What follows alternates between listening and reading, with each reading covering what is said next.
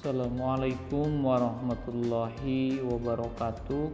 Apa kabar semuanya? Semoga semuanya dalam keadaan sehat dan selalu dalam lindungan Allah Subhanahu wa Ta'ala.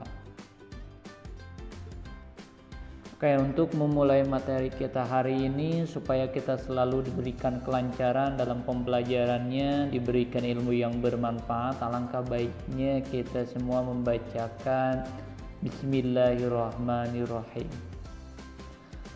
Oke, untuk pelajaran hari ini, pelajaran prakarya aspek pengolahan kelas 8 semester 1. Untuk materinya yaitu kita akan melanjutkan materi yang minggu kemarin. Untuk materi yang sekarang yaitu kita ke pengolahan hasil samping serelia, kacang-kacangan dan umbi menjadi produk pangan. Adapun kompetensi dasarnya sebelumnya kita membahas di KD 3.3. Nah, sekarang kita akan membahas di KD 3.4 yaitu memahami rancangan pembuatan, penyajian dan pengemasan bahan hasil samping pengolahan serelia, kacang-kacangan dan atau umbi menjadi produk pangan yang ada di wilayah setempat. Untuk KD 4.4-nya yaitu pembuatan, penyajian dan pengemasan bahan hasil samping pengolahan serelia, kacang-kacangan dan atau umbi menjadi produk pangan yang ada di wilayah setempat.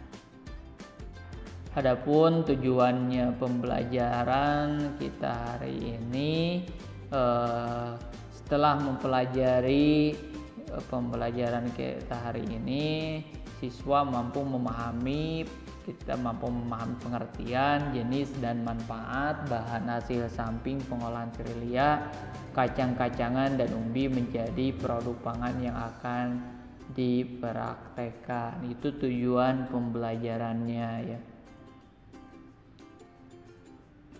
Oke, selanjutnya kita ke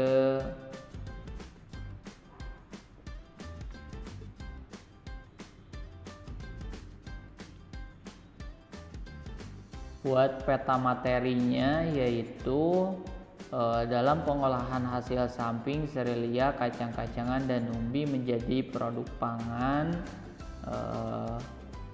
Yang pertama yaitu kita akan membahas dulu pengertiannya, selanjutnya ke jenis, kandungan dan manfaat, selanjutnya ada teknik pengolahan, selanjutnya ada tahapan pengolahan atau proses, lanjut seperti biasa ke perencanaan atau identifikasi kebutuhan dan ide gagasan, selanjutnya pelaksanaan atau persiapan dari mulai peralatan, bahan dan proses pembuatan. Dan jangan lupa juga kita harus memperhatikan keselamatan kerja. Selanjutnya setelah beres dari pelaksanaan pembuatannya, kita ke pengemasan yang terakhir yaitu evaluasi. Ini peta materi yang akan kita pelajari di bab ini ya. Oke, selanjutnya ke materi pokoknya.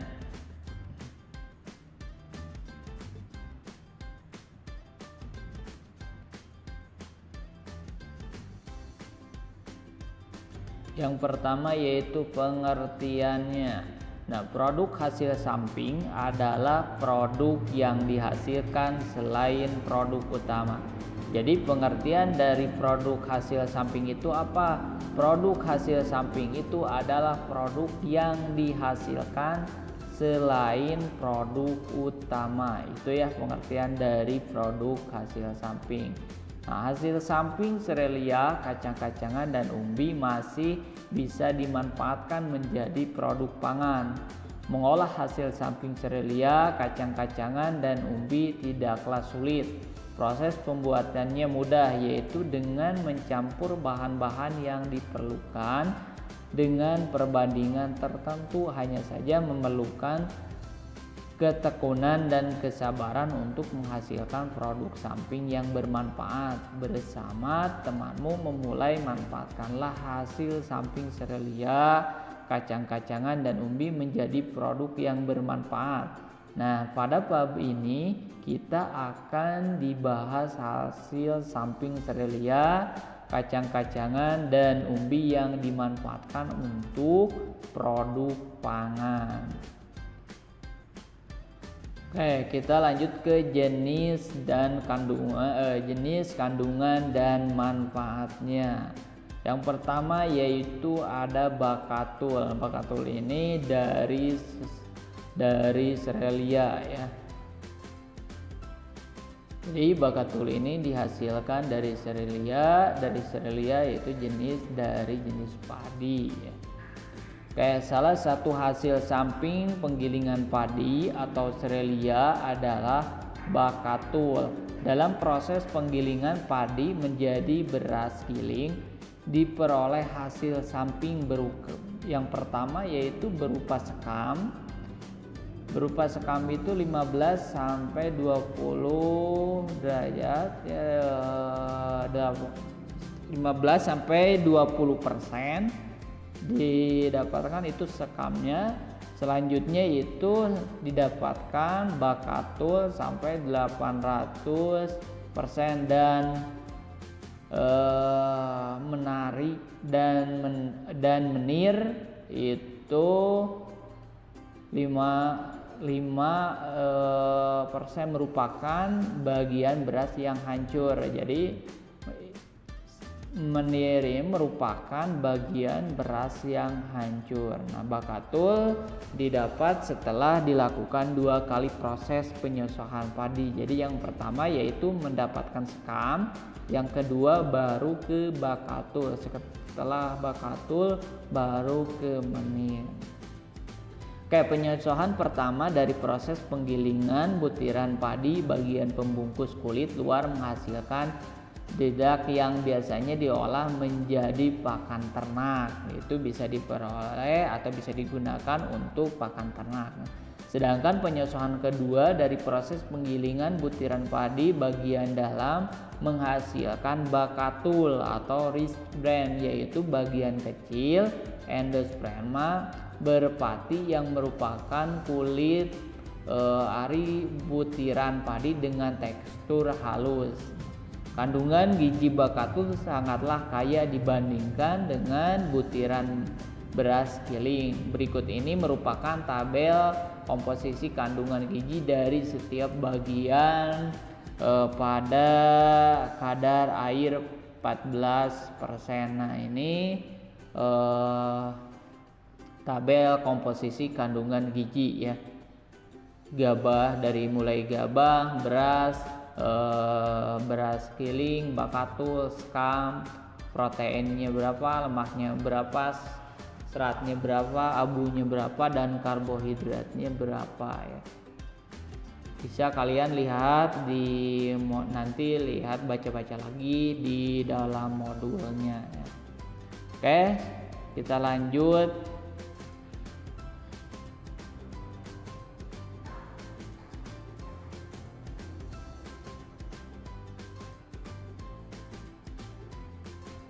Oke, mineral yang terkandung pada bakatul yaitu kalsium Ca, magnesium yaitu Mg, magan, zat besi, kalium, seng, dan vitamin B15.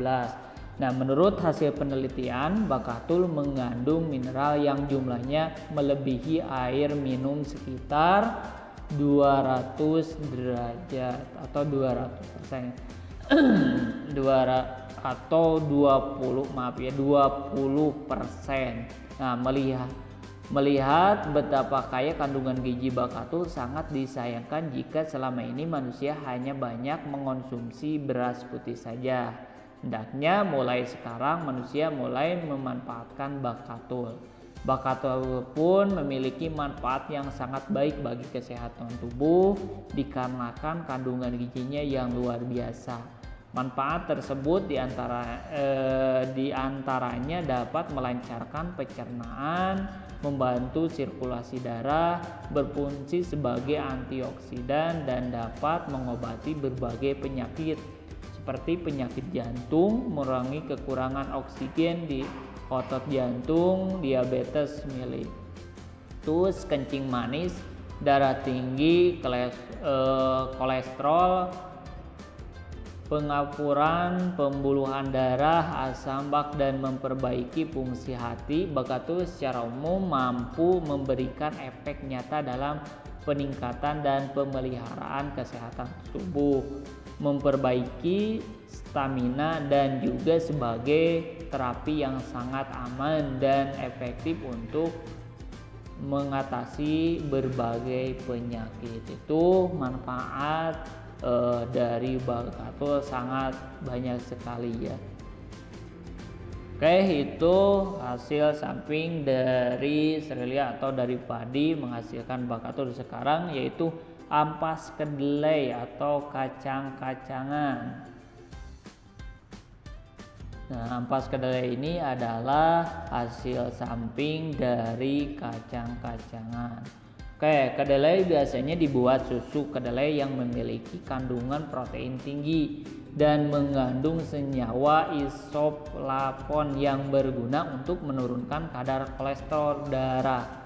Nah, susu kedelai dibuat dengan menggiling kacang kedelai sehingga menghasilkan cairan putih yang merupakan susu kedelai. Nah, hasil samping dari penggilingan kacang kedelai menjadi susu berupa limbah kacang kedelai, atau tepatnya dikatakan sebagai ampas kedelai. Nah, dengan adanya home industry pembuatan susu kedelai, maka dihasilkan ampas kedelai yang sangat banyak. Nah, ampas kedelai ini masih mengandung gizi yang cukup tinggi dan baik bagi kesehatan, antara lain yaitu protein kasar, lemak kasar, serta kasar, dan juga mengandung asam amino, lisin, dan metionin, serta vitamin B. Selain itu, ampas kedelai dapat dimanfaatkan menjadi berbagai aneka olahan masakan, baik yang rasanya gurih maupun yang rasanya manis. Itu manfaat dari hasil samping kacang-kacangan atau dari ampas kedelai. Jadi hasil samping dari kacang-kacangan itu yang merupakan ampas kedelai itu banyak manfaatnya ya. Oke, selanjutnya yaitu ke kulit singkong atau umbi.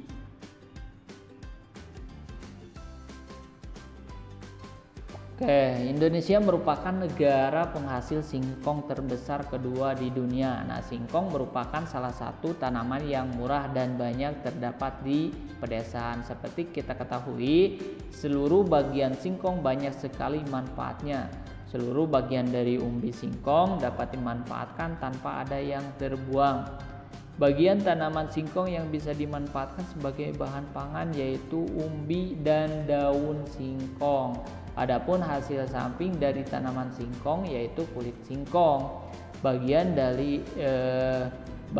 dalam yang berwarna putih merah muda, masyarakat kita belum banyak yang memanfaatkan kulit singkong sebagai olahan pangan. Namun sekarang kulit singkong yang termasuk limbah organik mulai dimanfaatkan sebagai bahan pangan. Hal ini dikarenakan kulit singkong memiliki kandungan karbohidrat yang tinggi.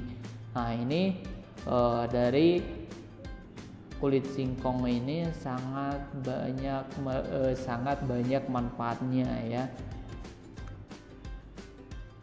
Oke, sebagian olahan pangan, namun sekarang kulit singkong yang termasuk limbah organik mulai dimanfaatkan sebagai bahan pangan. Hal ini dikarenakan kulit singkong memiliki kandungan karbohidrat yang tinggi. Presentasi jumlah limbah kulit singkong bagian dalam sebesar 8%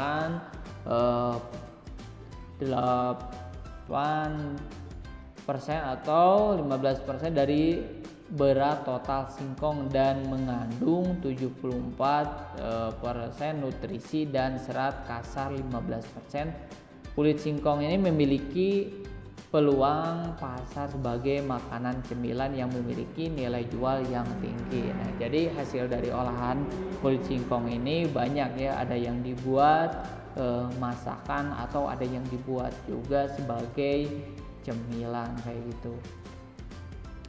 Oke, itu hasil samping dari umbi yang menghasilkan itu kulit singkong. Selanjutnya kita ke daun ubi jalar. Nah, ini dari umbi ini yaitu daun ubi jalar. Nah, biasanya kita mengabaikan daun ubi jalar, atau daun ubi jalar biasanya kita dikasih makan ke peternakan. Oke, pada ubi jalar atau biasa disebut ketela rambat banyak tumbuh subur di daerah pedesaan. Nah, di Indonesia ubi jalar memiliki banyak varietas berdasarkan warna kulit umbi, yaitu kekuningan, putih, violet, dan ungu. Tanaman umbi jalar hasil utama yang dimanfaatkan adalah biasanya yang bisa kita olah yaitu umbinya. Jadi dari umbi ini hasil utamanya itu adalah umbinya. Nah, sedangkan kulit umbi dan daun umbi sebagian hasil sampingnya. Jadi hasil samping dari umbi ini adalah daun sama kulit umbinya ya.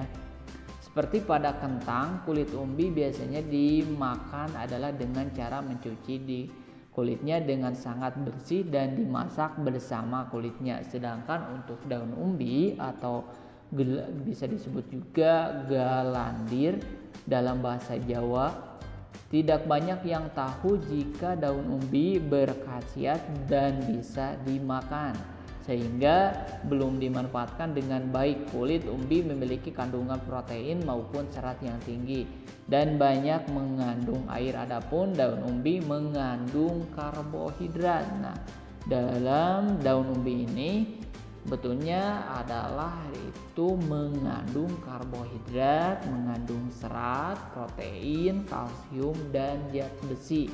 Nah, selain itu daun umbi juga mengandung beta karoten dan lutein yang berguna bagi kesehatan mata.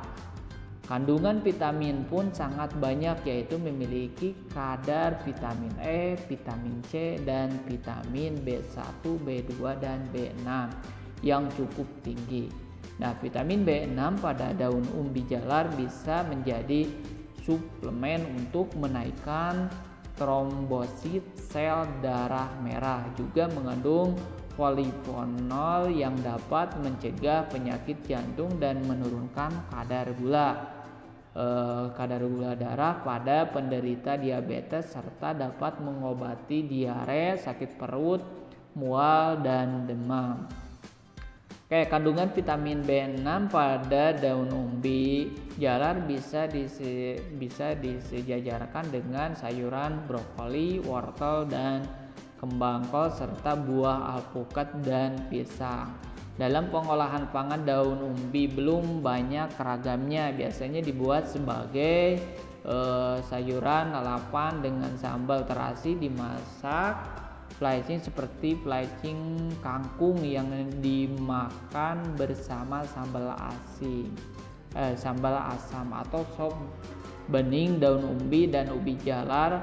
Dalam mengolah daun umbi, hendaknya memiliki daun umbi jalar yang masih muda dengan segar. Dalam memasak daun ubi jalar tidak boleh terlalu lama karena daunnya menjadi lunak dan banyak lendirnya. Karena daun umbi jalar setelah dimasak teksturnya mirip kangkung tetapi agak berlendir. Jadi kalau dimasak itu hampir mirip kayak kangkung. Oke, itu adalah hasil samping dari mulai dari padi, dari kacang-kacangan, dari umbi kayak gitu ya. Oke, mungkin untuk materi kita hari ini Bapak cukupkan sekian. Bapak harap kalau ada yang kurang dimengerti atau ada yang mau ditanyakan atau ada yang kurang paham, kita bahas nanti di dalam WA ya. Oke, dicukupkan sekian untuk materi kita hari ini. Kalau ada pertanyaan atau ada yang mau ditanyakan, boleh nanti kita bahas dalam WA ya. Sekian dari Bapak. Assalamualaikum warahmatullahi wabarakatuh.